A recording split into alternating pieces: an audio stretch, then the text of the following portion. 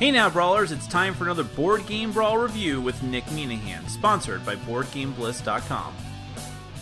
Hey now, today we're going to take a look at Meteor from Mayday Games. Now, as the name of the game implies, this is all about political parties in Denmark. No, it's actually about meteors that are going to destroy the Earth. Of course it is. This is a real-time cooperative game, and when I say real-time, I mean real fast time, like 5 minutes. You are trying to prevent the Earth from being blown up by a swarm of meteors. You and your friends, the players, well, they may not be your friends, but the other players are trying to work together. You are scientists. You are building rockets to launch at the meteors. You are getting these different elements, trying to gather them together to build these rockets or to make technological upgrades to make your life easier and make building those rockets easier. And time is just ticking away. Time. Rockets are getting closer and closer, or the meteors are getting closer and closer and closer, and you have got to destroy those meteors. And it can be even harder than that. How about boss meteors? Did you say that? Did I hear you say that? Yes, they're in here. Let's go ahead and take a brief look at how the game is played, because the game is brief. Then we're going to come back and I'll let you know what I think.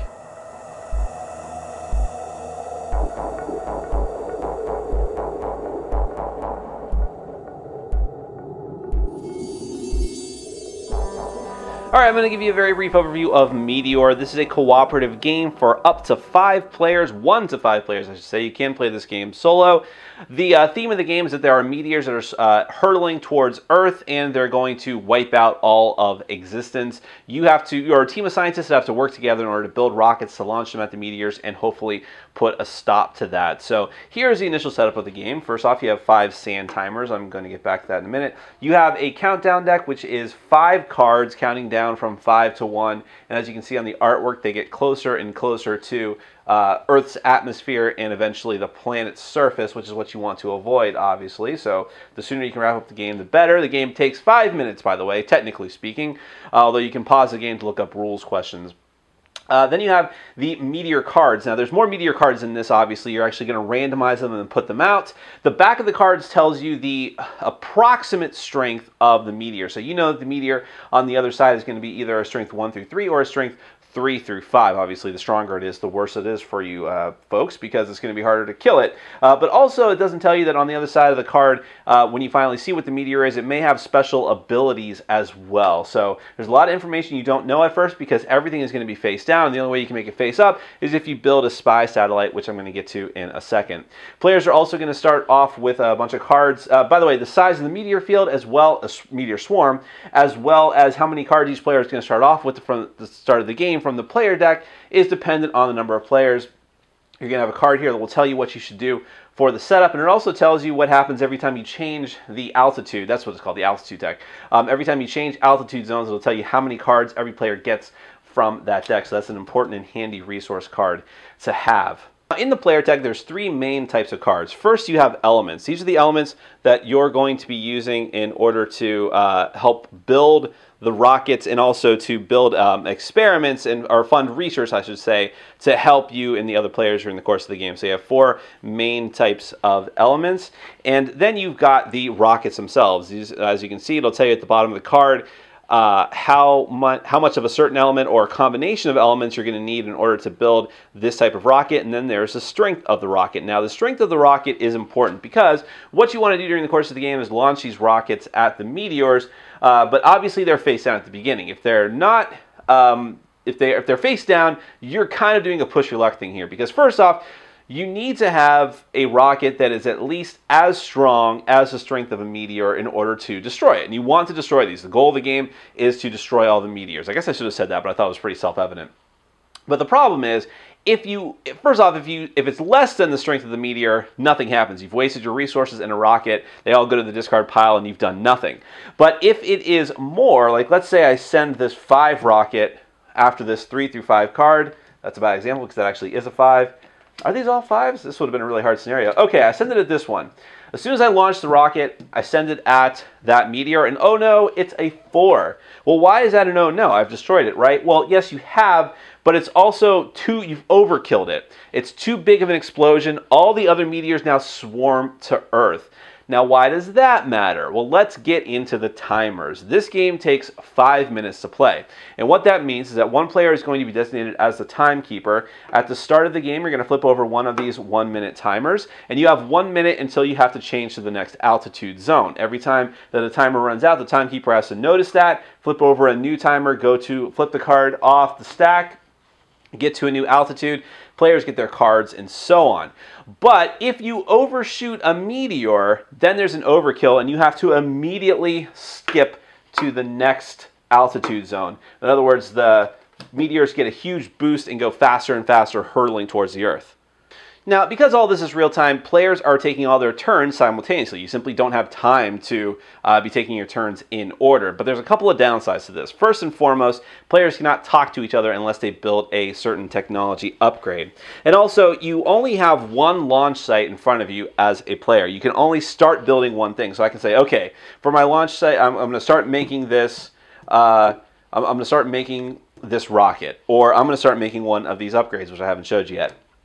But once you've laid that out, you're committed to it. Now you need the resources in order to make it. If you've got the resources, well, fantastic. You can immediately throw down every one of those resources that you need. But let's say that you only have a couple of them. Well, other players can help you out by giving you resources, but you can't say anything to them. You cannot talk to the other players unless you build a certain tech.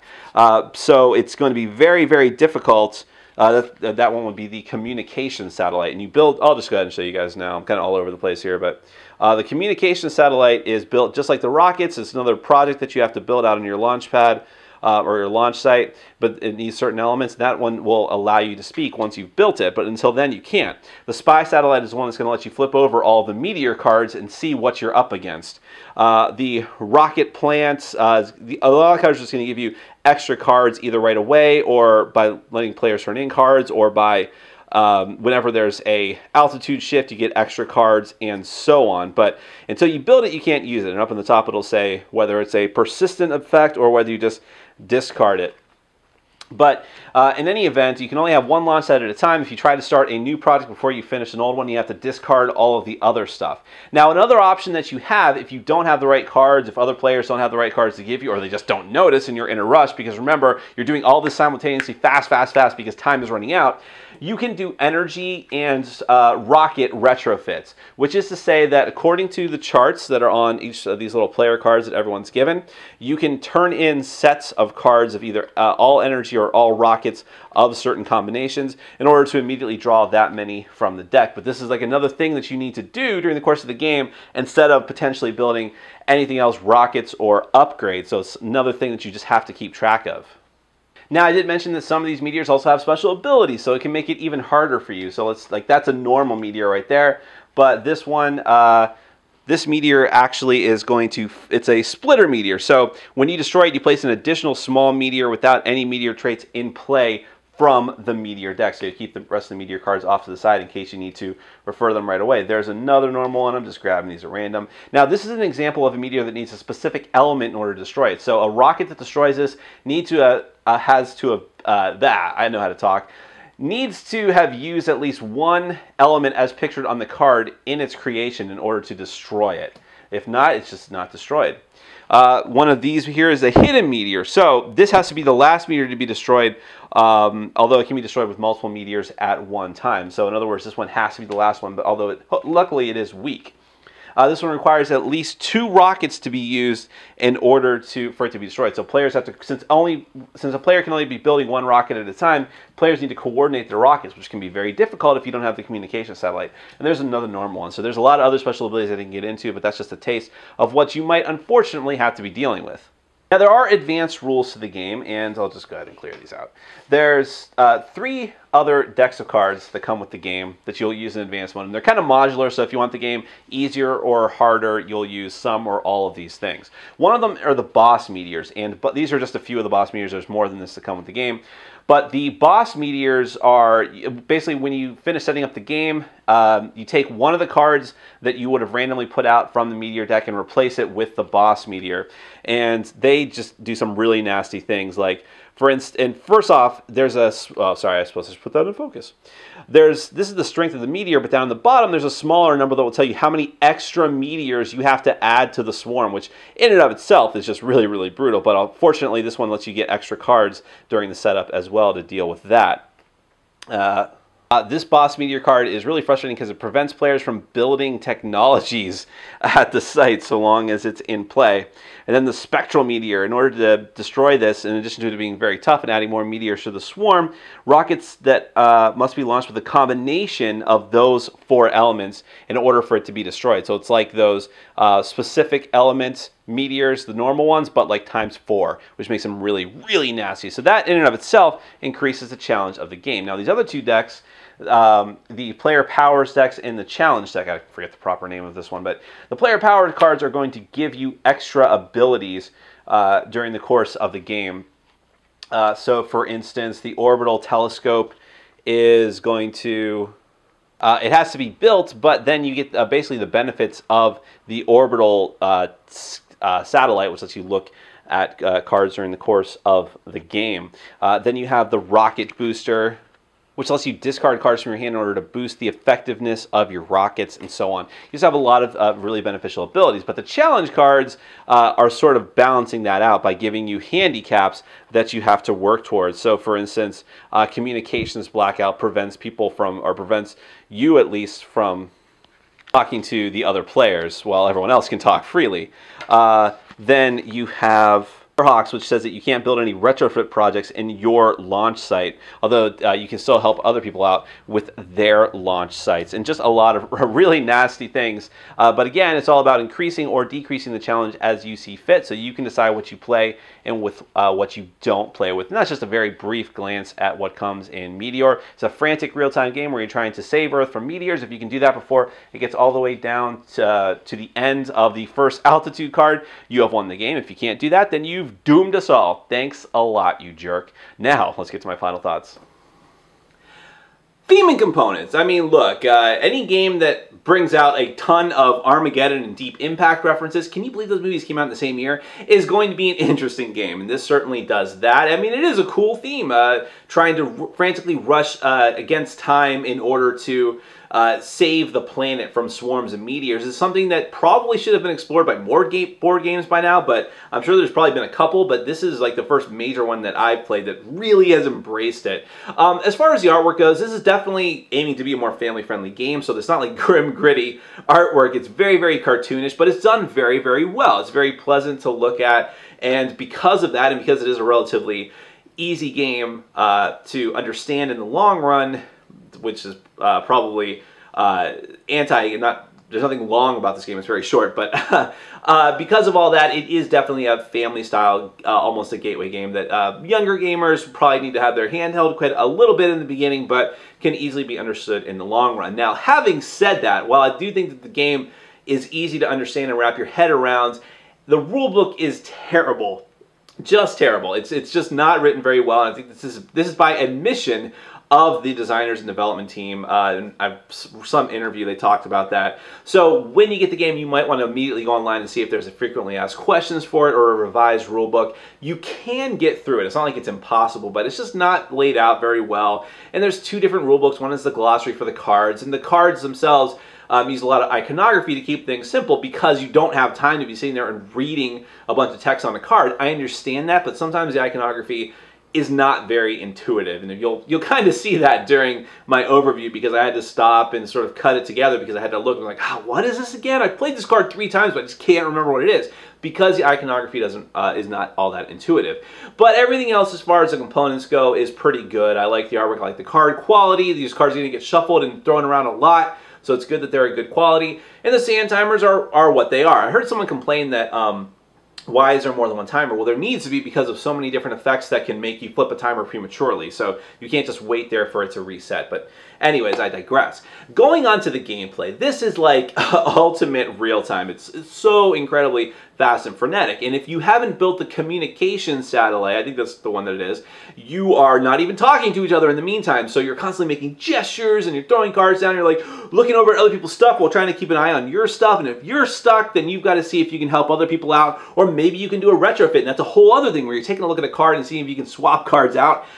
There's just a ton of stuff going on in a very short amount of time. But like I said, the game is simple, but because it's all compressed down into this very small time frame, it seems like the game is just this frantic mess. And it's very interesting. I mean, I like the idea that you have to hit the meteors with exact count, because if you're too low, nothing happens and you just wasted all your time and resources, and time is incredibly precious.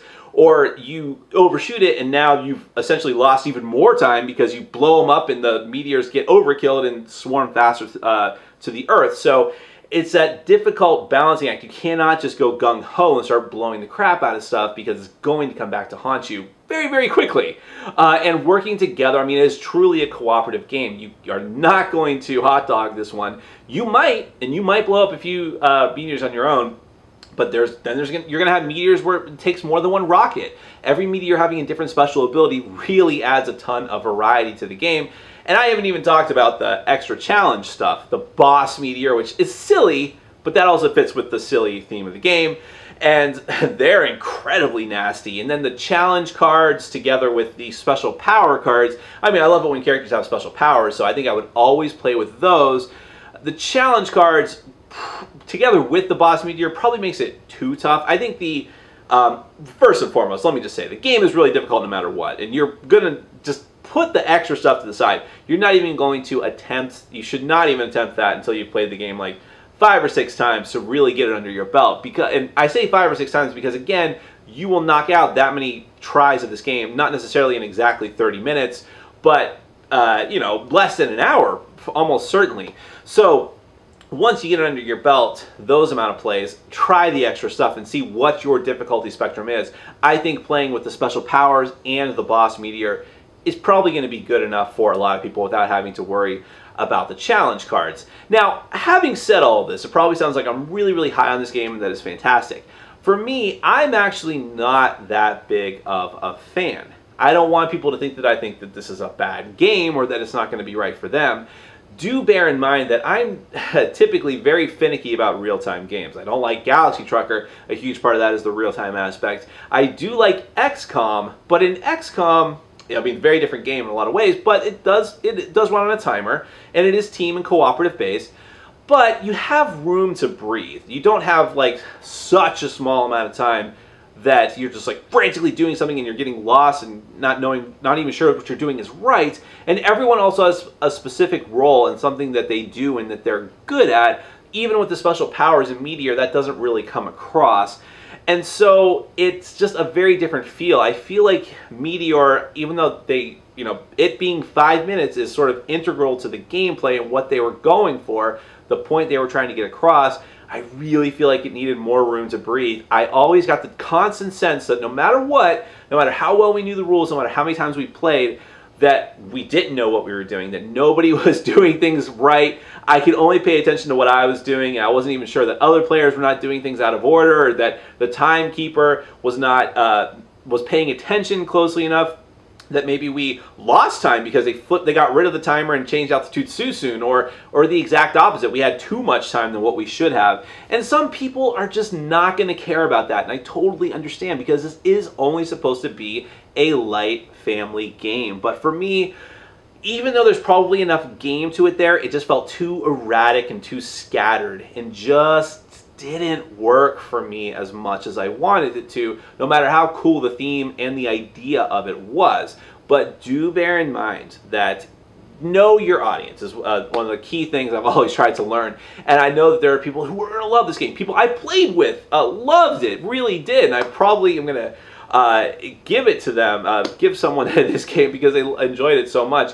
And so just bear that in mind. If you have kids who really love these fast, frenetic, almost dexterity type of games, as fast as you need to go and how you have to throw cards out on the table and other people's stuff, then this is going to be right up their alley. If you can get into the theme, which is really cool, admittedly, then it might be for you. Not necessarily for me, but I totally understand why people would enjoy it. That is Meteor from Mayday Games.